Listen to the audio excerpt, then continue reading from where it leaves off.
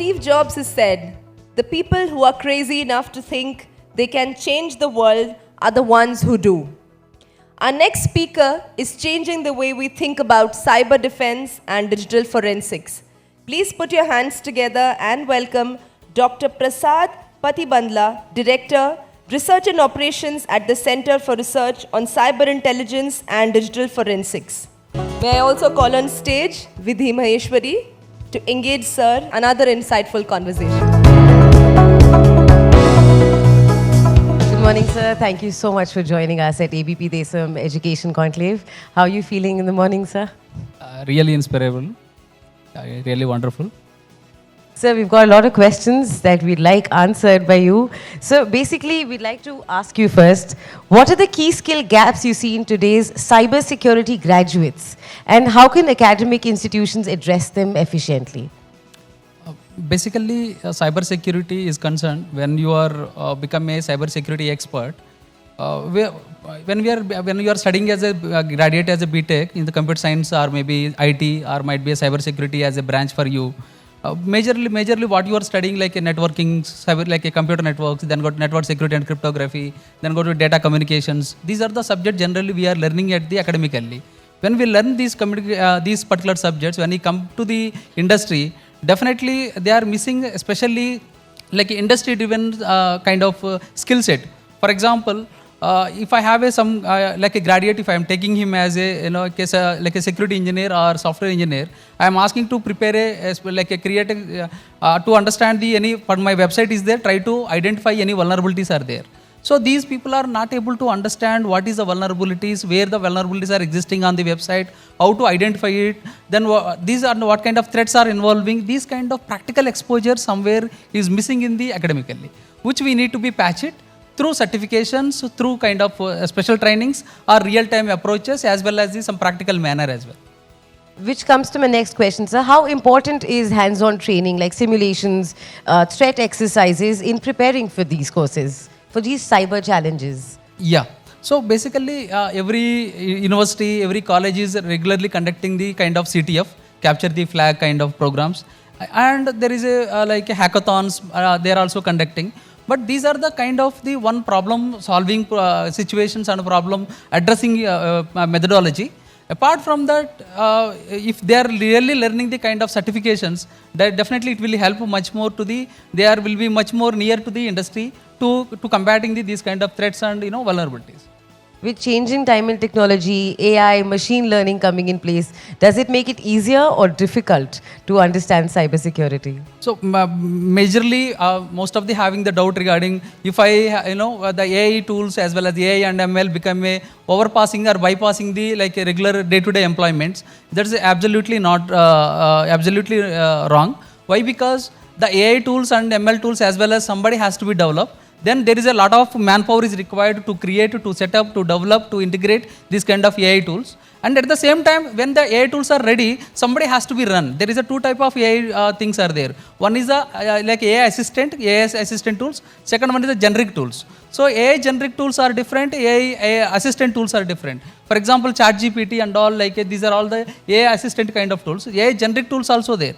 So these are the like with the help of the APK tools and the API tools, they will be integrated with the system. These tools can be run by can be operated by the kind of students like here in front of me. These people should be understand there is a technology called, there is a methodology called prompt engineering.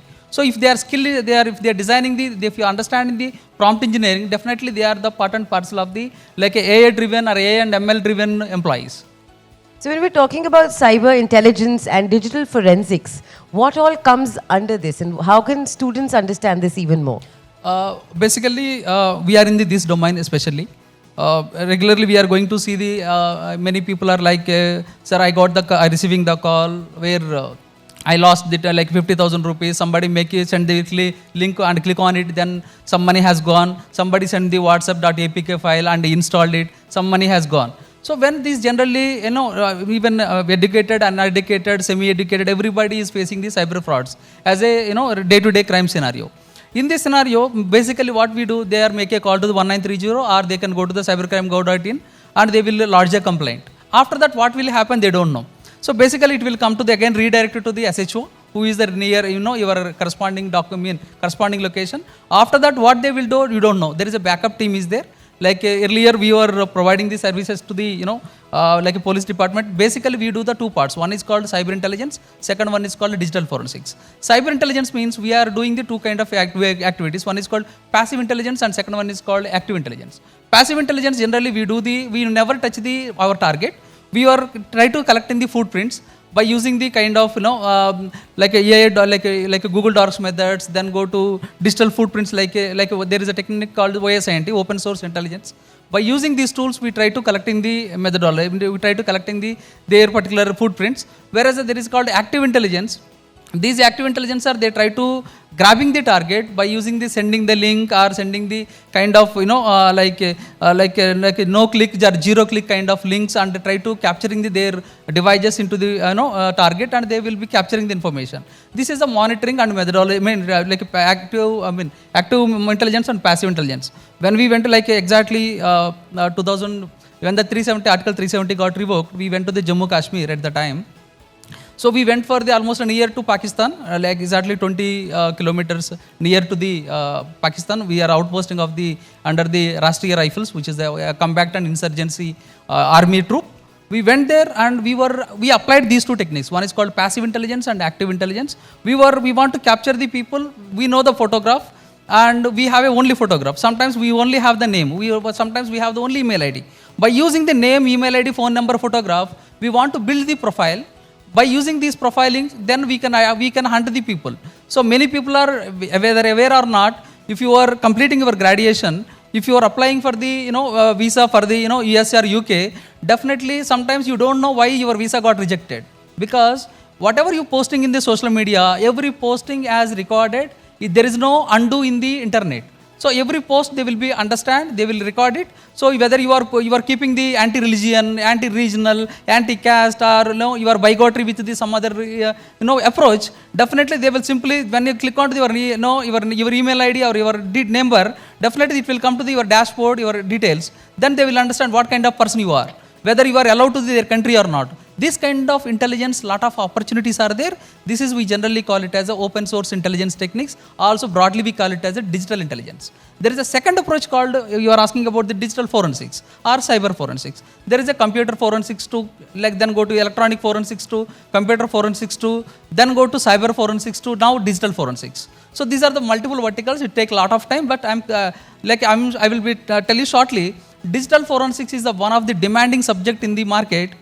Especially not only policing domain, law enforcement agencies. Then go to GST, like if you are in the like revenue side, like you take it as a GST intelligence. Then go to Narcotics Control Bureau, NCB for the drug trafficking. When we are tracking the people, we are focusing on the, like you are the teenage people like in front of me. These people are mostly using the like Instagram as a tool for them to view the like short videos or trending videos. But I am the forensic guy, I am the intelligence guy. I will look at the Instagram as who are the narcotic people are there. So who are the propagating the narcotic stuff. So wherever the photographs are there, how to find how to carve the photographs, how to we apply the reverse image techniques and how to identify the profiling. These methods we are applying the Instagram as a narco people and we are using the Instagram as the so-called, like human traffickers. Majorly people are using the like whether it is there or not jihadi kind of, love jihadi and all. Forget about that. But the thing is, anybody human trafficking, what kind of tool, what kind of technique they are using, then we are using the Instagram as a human trafficking, Instagram as we are using for the, we call it as a, political things and everything we collected from the Instagram. Whereas at Twitter, we are looking at the political conspiracies. Whereas Facebook, we are looking at a Facebook page, Facebook group, Facebook profile, or, these are all we are looking as a, how to we can identify the targets. These are the multiple areas where you want to collect the evidences, preserve the evidences, restore the evidences, analyzing the evidences, and extracting the evidences. All these information, all these technologies we are applied in the form of forensics. The forensics, don't think of only disk forensics, mobile forensics. Most of the people are thinking you are just scrapping you are just formatting your mobile phone, you are formatting, you are just apply the multiple, like screens. You don't think the password is never be unbreakable. There is a tools are there. There is a technologies are there. Even though you are use them my 16 like iPhone 16 Pro Max, doesn't matter. It can be crackable. So whatever they are using the China phones, still be crackable. There is a chip off methods are there. There is a JTAG methods are there. They can able to retrieve our data. While these are the, why I'm trying to telling you, this is a large scale, lot of opportunities are available. So one of the interesting in the digital forensics and intelligence, your face will be, appear in front of the society. Your work will be appear in front of the society. Unlike the computer, your AIML engineer or maybe your software engineer, the majorly nobody knows. But if you are using this cyber security or maybe AIML, particularly forensics or maybe digital intelligence, if your profession is like that, your identity much more exploring in front of the society. And not many of us realize when it comes to cybersecurity how much information we're actually putting out on the internet. A lot of us students right here have their necks staring at their phones. So every time we access a website, every time we're on social media, what all information unknowingly are we putting out on the internet, and how unsafe does that make us? So basically, many people are, whether they browse it or not, I don't know. There is a two type of internets are there. One is called surface internet, another one is called deep and darknet internet. So surface internet, when you browse it, basically they will have some cookies, inbuilt cookies. They will track your identity through some kind of session hijacking cookies methods. Particularly, they will know their IP address. They will try to identify their proximate locations and all. But where the deep and darknet things, when you are hitting the website, they try to they can have the inbuilt code. It will automatically open your camera. They will take the photographs. They will take your live location. They will take your your IP address. Where is new normal? Apart, these are all the generally it will collected by the websites. But this is the whether the user side and surfacing side when you are browsing the site. But you are the software engineer. You want to analyze it. For example, like ABP channel is there. ABP Desam channel is there. They have a websites. They have a apps. And they have a maybe kind of servers are there. So these servers, ABP channel ask you to these our youngsters. So please identify my website is ready to go for safe or not, browsing for the safe my users or not. So then how do you are analyzing the website is safe or not? How do you check it?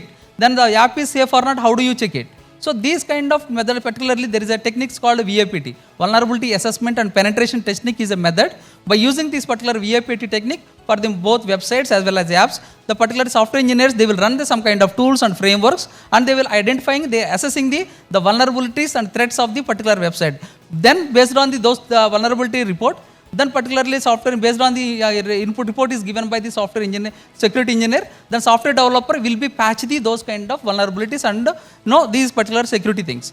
Then only that is where you people are required. So cyber security doesn't mean what will happen. Security will be happen in the data side, your mobile side, your computer side, your network side, your website side, your app level, your server level, your proxies level.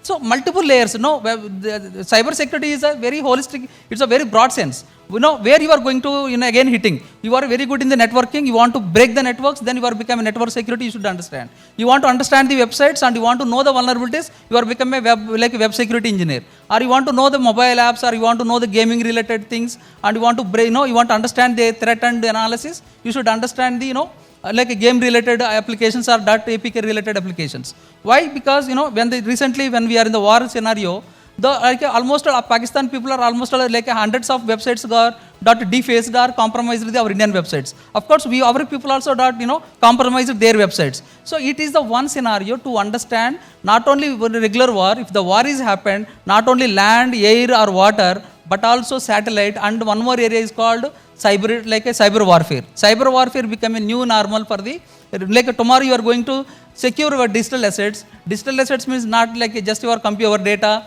or maybe your servers or thing. So digital assets means your entire architecture, your critical infrastructure.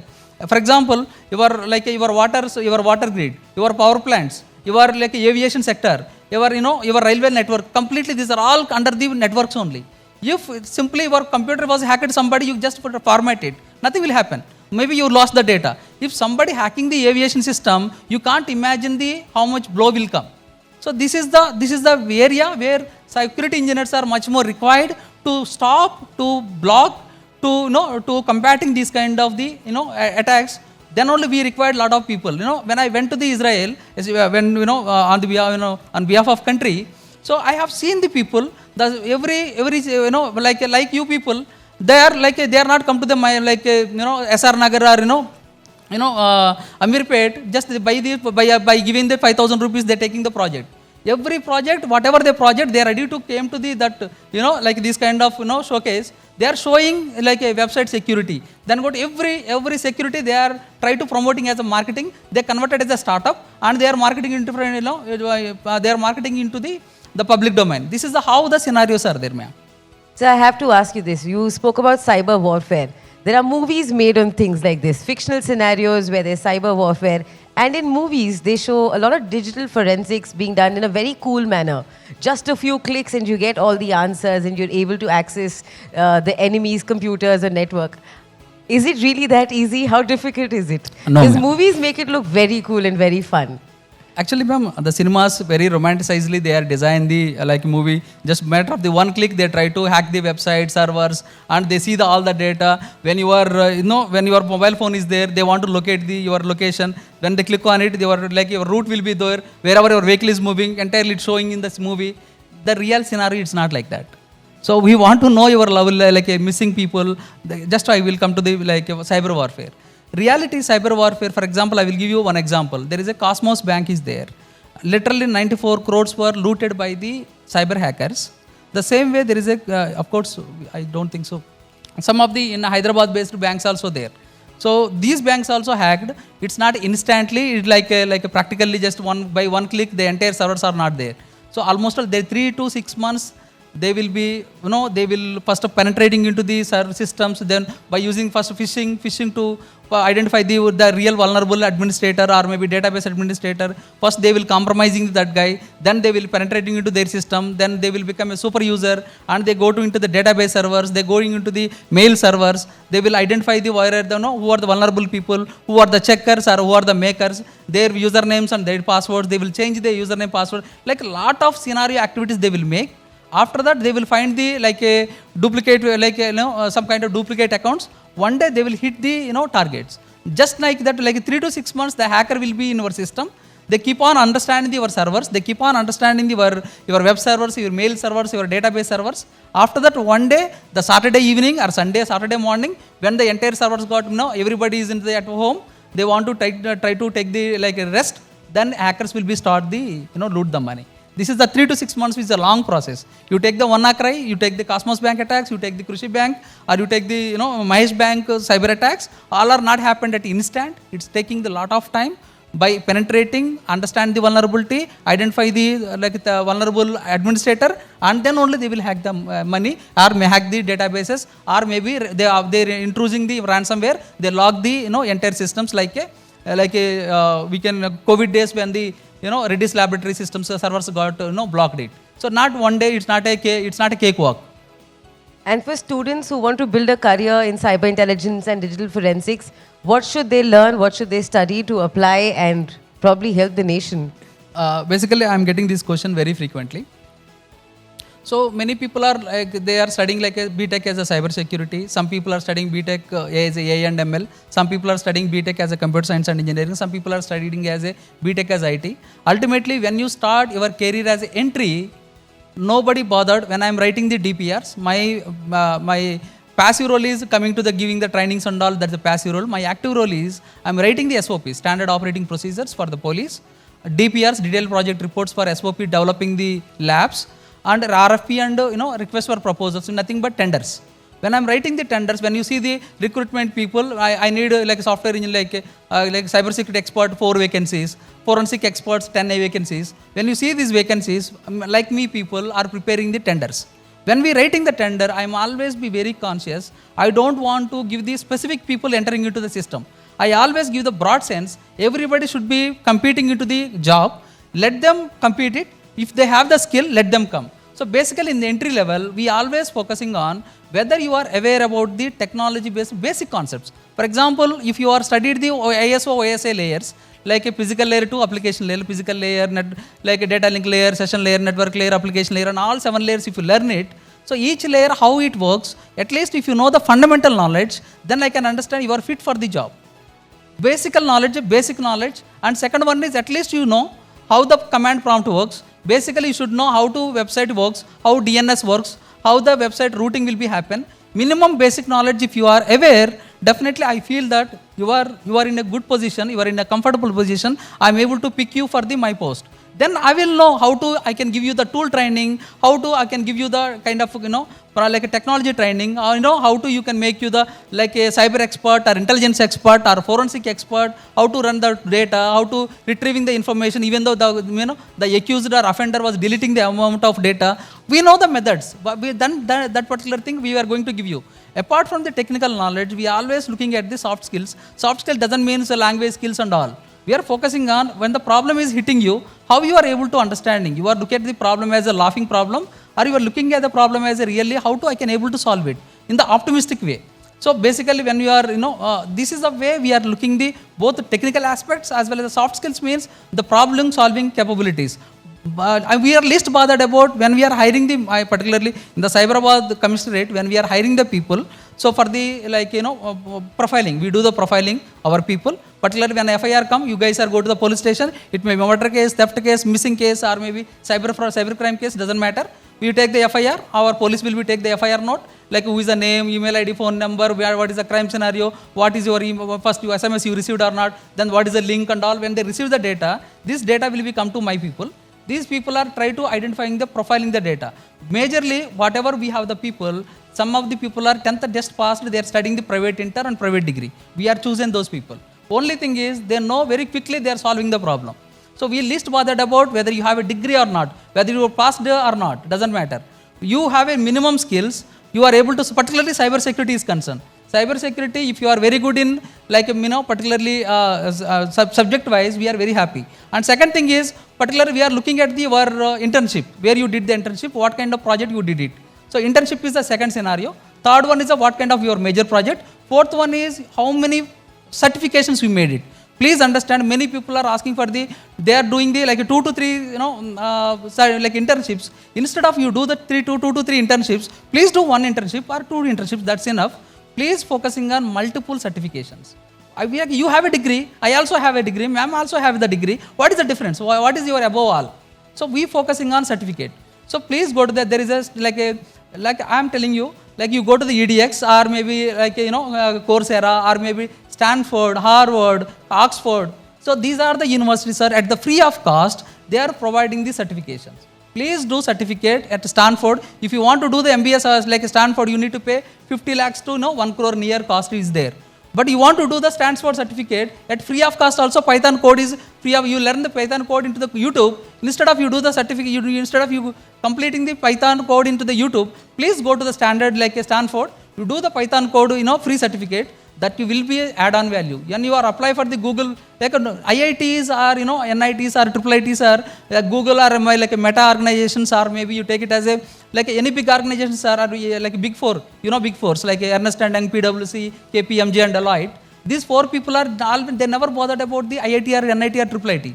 So they're majorly focusing on whatever you have the degree, what kind of certificates are there, and what kind of skills you are acquired. The skills are quantified through certifications only.